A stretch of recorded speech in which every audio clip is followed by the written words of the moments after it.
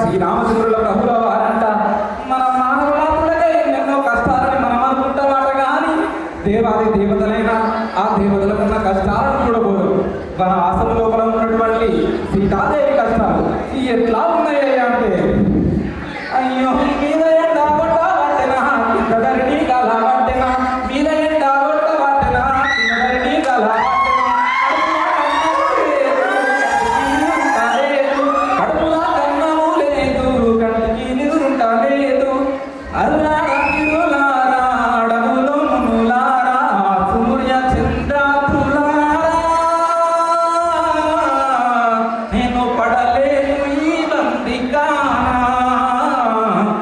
అయ్యో రాత రాసిన బ్రహ్మ రాత రాసిన బ్రహ్మ మంచి రాత రాయలేదమ్మా, రాత రాసిన బ్రహ్మ ఎనక రాతలోయమ్మా, ఎనక రాతలోయమ్మా మీ ఎవరికి తెలియదమ్మా, ఎనక రాతలోయమ్మా నీ రాజనామిదిగో లాల గోపాల బాలా నీ రాజనామిదిగో. తల్లి వనవాసం లోపల ఆ రాముని చెంతబడ్డటువంటి బాధను చూడబోదాం. ఎలా వీక్షించరయ్యా అంటే చూడబోదం రండి.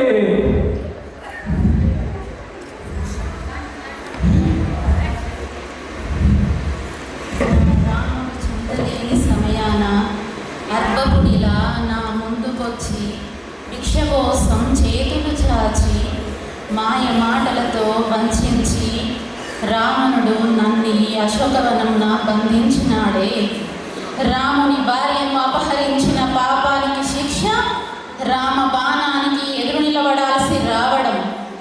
రామచంద్ర శ్రీరామ జగన్నాథ పాహిమాం పాహిమాం రక్షమాం రక్షమాం స్వామి.